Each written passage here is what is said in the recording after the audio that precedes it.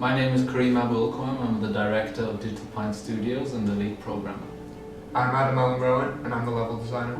I'm Ali Rajesh and I'm the general artist. My name is Charlotte and I'm the character artist. I'm Paul. I'm the writer. I'm Joel. I'm one of the composers. My name's Jack. I'm the sound designer and one of the composers. So we are Digital Pine Studios. We fully established the company back in August 2017. This company started actually in January 2017, where me and two other game students decided to join a competition called Dare to Be Digital. We had a great idea for a game that we could actually develop over 10 weeks for the event. We formed a team along with two others and completed a prototype of the game to use for applying to the competition. Unfortunately, due to Brexit and other factors, the competition got cancelled and we were disappointed to see our work go in vain. We instead decided to start a company where we would keep the team and continue development on the game. We got funding and started working on our first game, which due to various rules and funding set had to be different than our original idea. We developed it in 10 weeks and released it on September 18, 2017. It did very well for a company with no reputation, but not well enough to help support us financially.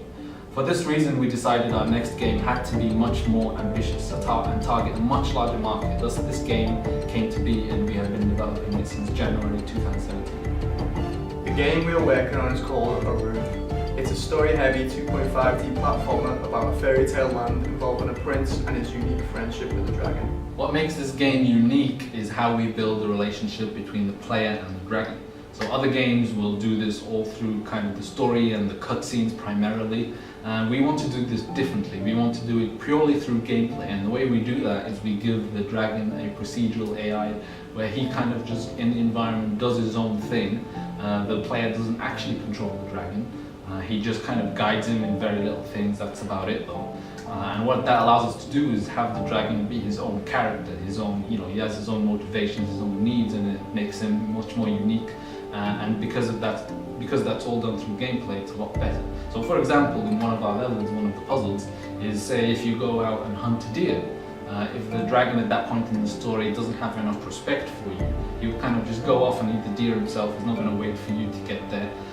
Later on in the story, when he's kind of better with you and your relationship is a lot stronger, there's, say, an obstacle where you have to push a heavy rock. If the dragon sees you struggling to do that, he will go help you, and again, you don't control him or tell him to do that, he just does it himself. And so we can build this relationship perfectly through gameplay with only very little reliance on cutscenes, and it makes it much more unique than other games. Though the game itself is a platformer, the world and everything the player can see is a full 3D environment. The levels themselves are large and the player can explore multiple pathways, encounter different puzzles and obstacles. The player is driven using a path system, which allows us to add branching paths that the player can access. This system also allows us to have the prince weave in and out and behind and in front of obstacles while still maintaining that 2D platformer feel. The story is based in a fairy tale land with castles and dragons. The protagonist, a prince, is forced to run away from his home and kingdom due to the appearance of a mysterious shadowy figure. He runs far away and discovers a dragon egg which hatches, and the rest of the story focuses on their friendship and how this bond is used to overcome the obstacles they face together. The focus of both the story and the gameplay is the relationship between the boy and the dragon. Through my writing, I feel that I've created a dynamic relationship for the two main characters that a player can care for and empathize with. They venture through a magical land with dragons, betrayal, friendship, and destiny, so what's not to like? Following the fairy tale theme we've chosen for the game, we went for an art style that resembles a storybook. All the rendering in the game uses our own custom pipeline that utilizes our shaders so that we would have full control of how our game looks and feels. We're not aiming for an art style that looks too simplistic to avoid making the game look too cartoony, so that the intended emotions can be conveyed properly without the players thinking that the art style makes the game lighthearted. It was important to design the dragon to be as cute and adorable, to make the player feel a connection with him, and to make them want to look after them as they take the role of the main character and interact with the dragon through gameplay. I wanted to design the characters to be memorable and lovable for the players experiencing the game, and make the prince to be distinguishable from all the other characters, yet simple enough for the player to place themselves within the role. Given the story-heavy nature of this game, the audio plays a huge part in bringing it to life. It's my job to make sure the sound effects and to some degree the music help immerse the player in the game world.